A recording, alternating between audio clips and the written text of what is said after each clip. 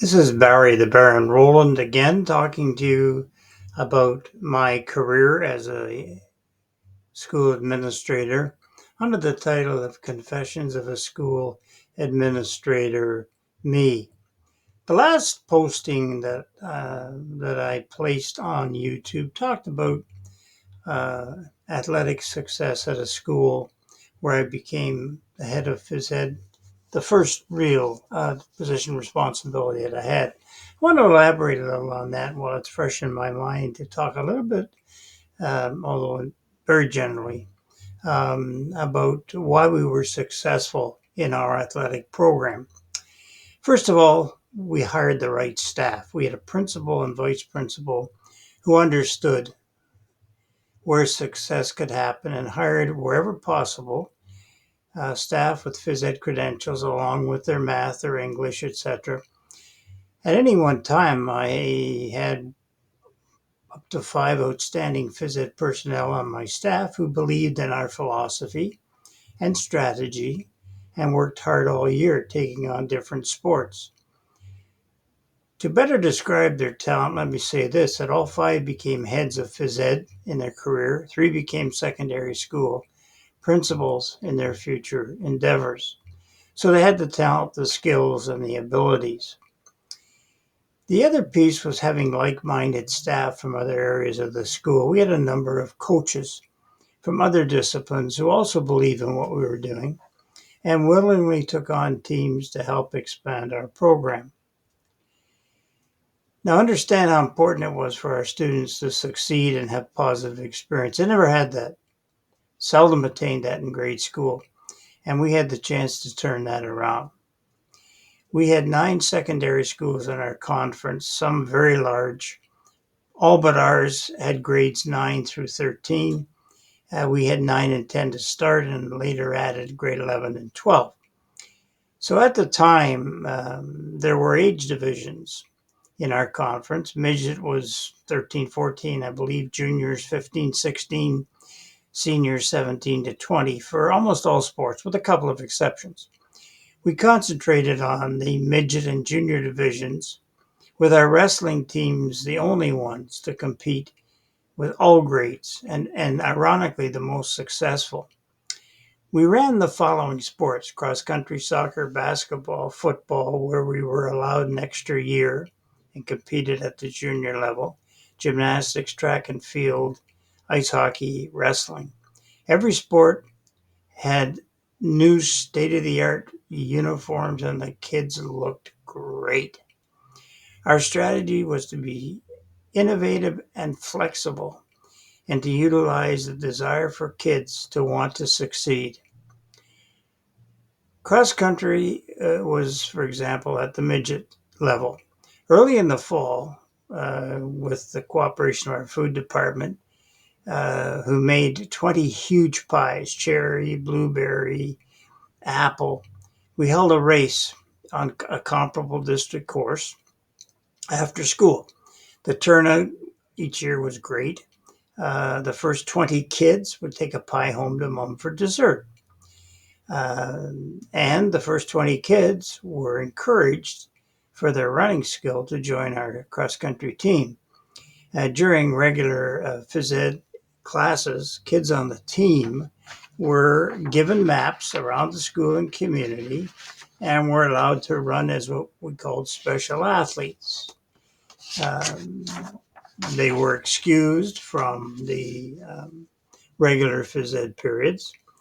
We had phys ed every day, so we were setting up map courses each day that were a little bit different. Of the 9 competing schools, we were always in the top 3 teams with many individual winners over the years.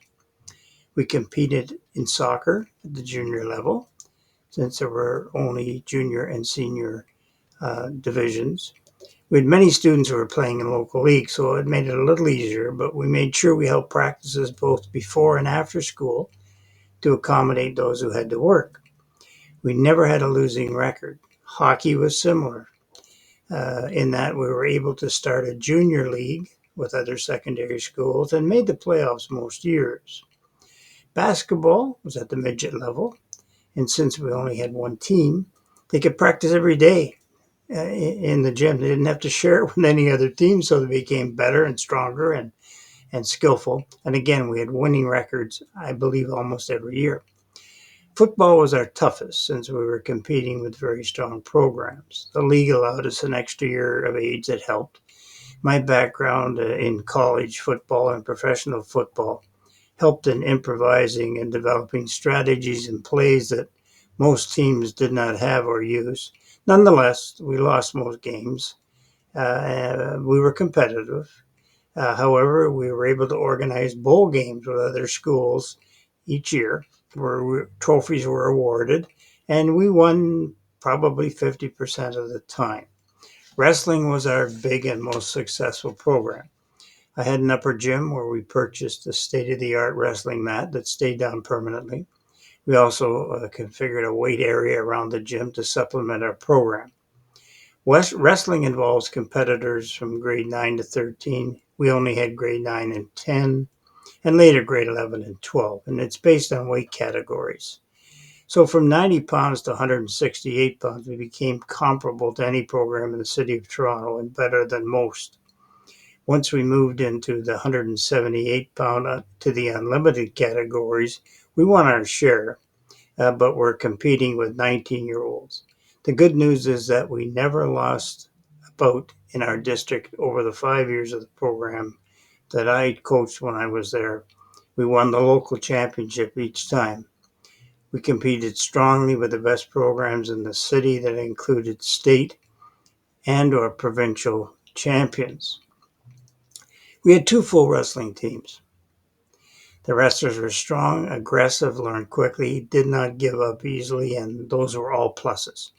We also used the program to support the rest of the school uh, in that if a student was in trouble in his academic class or was involved in a discipline issue, we simply did not allow him to attend practice that day. In fact, he may not even be part of the next bout that we were going to have. So we had at least two wrestlers per weight category, so there were major concerns if you were on the team about losing your spot, and so that was always critical.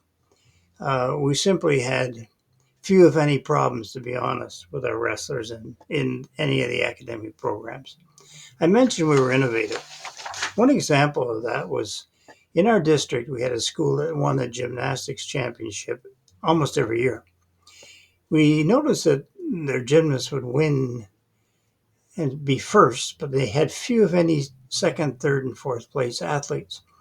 Our athletes were always ready to try difficult moves on the various apparatus, so we made sure we had 3 or 4 athletes prepared to take part in every apparatus in the competition. And points for second, third, and fourth overcame points for first. The year we decided to take this on, we won the conference gymnastics title, dethroning the 10-year championship school.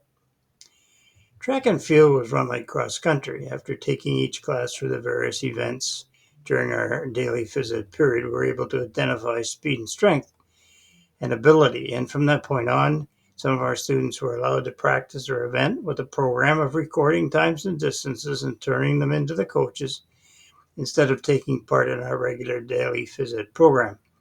Essentially, they were competing every day, thus minimizing the disadvantage of not being able to stay after school.